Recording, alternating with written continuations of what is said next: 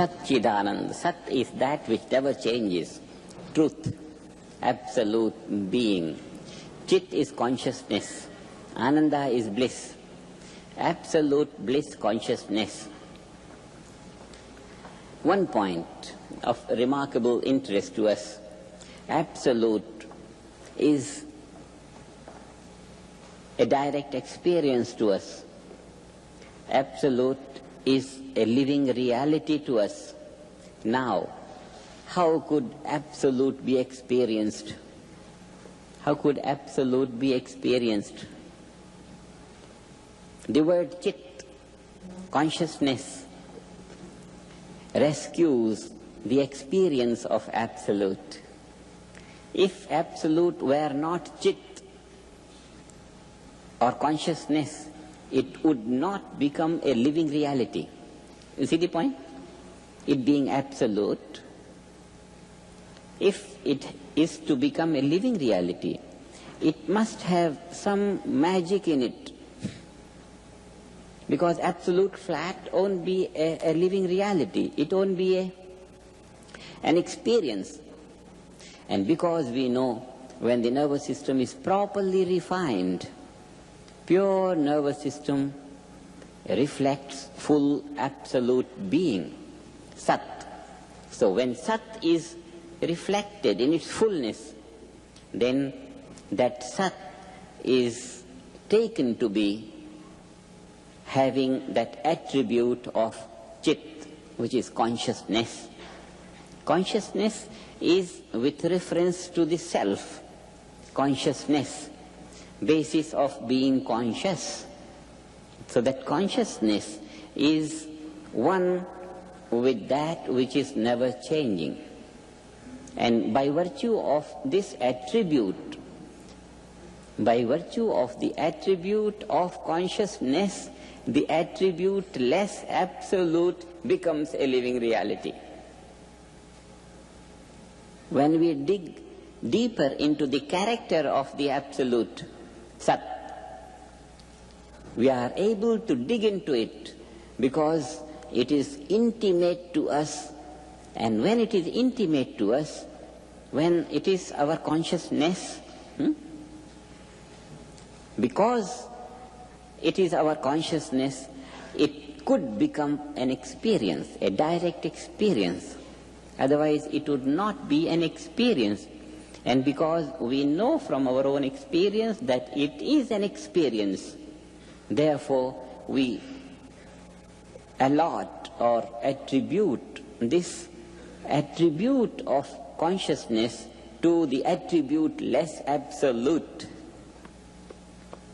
Now, by being an experience, and by virtue of having this attribute of consciousness, the attribute less still remains attribute less.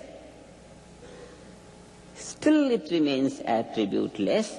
It remains, it holds on to its absolute unbounded character. And that is why consciousness is equated with absolute. And that is why Sat-Chit, Ananda is a quality which goes with fullness of life. Fullness. Ananda.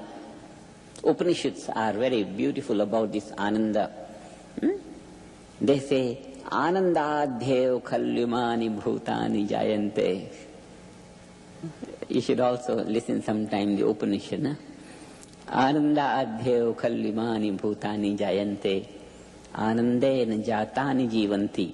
Anandam sampratyavisam vishanti iti. Saisha bhargavi varuni vidya parme vyoman pratisthita. The whole philosophy of Ananda, and Ananda as the basis of life, as the sustainer of life, and as that ultimate into which everything dissolves, that Ananda is life. The creation is born out of Ananda, is sustained in Ananda, will eventually dissolve in Ananda, will evolve from Ananda, will be maintained in Ananda, will dissolve in Ananda. The cycle of evolution and dissolution, which continues forever, is in Ananda. And Ananda alone is. This knowledge, taught by Bhrigu to his son Varuni, is located beyond Akasha. Akasha, space. Akasha is characterized by sound. Wherever there is sound, there is Akasha. And when it is located beyond Akasha, it means it is located in the field which transcends sound, transcends speech, transcends thought. If you take awareness to that field of transcendental consciousness, you will know that Ananda is all that there is by direct experience. So, this verse of the Upanishad comes out to say about transcendental meditation and establishes that in and out of life is all that one element which is bliss. It speaks of life evolving from Ananda, creation coming out of Ananda, sustained in Ananda, goes to Ananda. The entire field of individual inception as a wave of cosmic life is in the field of Ananda. Bliss, which is myself. So, the eternity of Ananda is what puts Ananda parallel to Sat, which never changes. And because it can become a living reality, because bliss can become a living reality, this bliss is equated with צי'ט, consciousness. So Sat, צי'ט, Ananda, absolute bliss, consciousness. And because it is Ananda, it's fulfilling. Because it is צי'ט, the absolute attributeless can become a living reality of day-to-day life. So this word Satchidananda opens to us the entire philosophy of life. Satchidananda, and that I am, and that thou art, and all this is that, and that is it.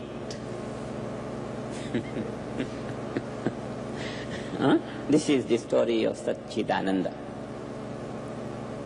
The one point, because absolute is a living reality, it can be equated with צי'ט, which is consciousness. If it were not consciousness, it would not become an experience, and if it would not become an experience, it could not become a living reality.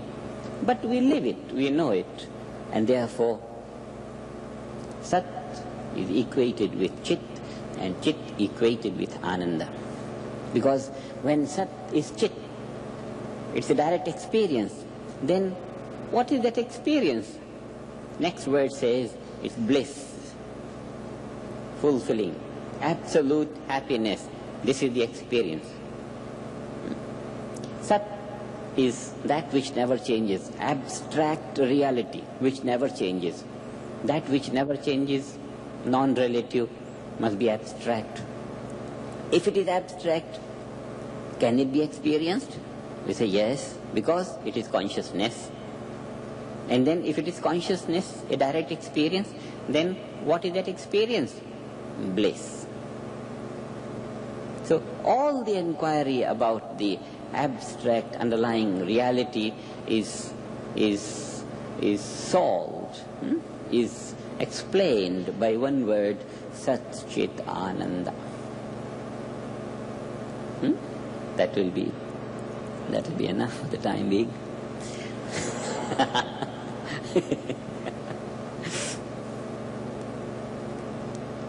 Yeah? Maharishi, I also had a question. Now, as I understand the process, there's several states of consciousness, and we have our waking, we have our waking, dreaming, sleeping state, and as we evolve, we also have the transcendental state of consciousness, and beyond that, there's the state of cosmic consciousness and God consciousness and unity consciousness. And these things all involve, these higher states of consciousness all involve a combination of transcendental consciousness with a consciousness of the relative field. Now what I was wondering is, you've said that when the body is dropped, that there's no way for a person to experience the relative field anymore. So I was wondering, then we lose all the states of consciousness except transcendental consciousness? What is the last sentence you said? Last word? Well, what I was saying is that if, when the body is dropped, we no longer have any consciousness of the relative field, then only transcendental consciousness remains. Yeah.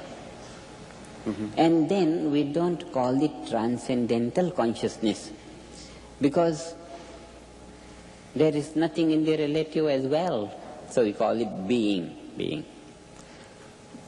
Let me tell you some very interesting thing.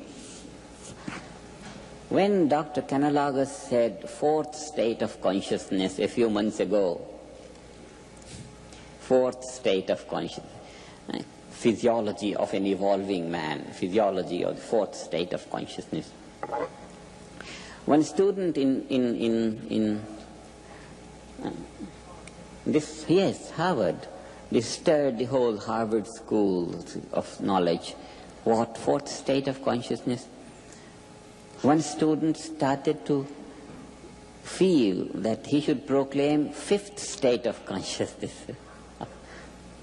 And he set out on a world tour, trying to contact the people to find out what is the behavioral level of those evolved people who are living fifth state of consciousness, CC, because there is no behavior in TC.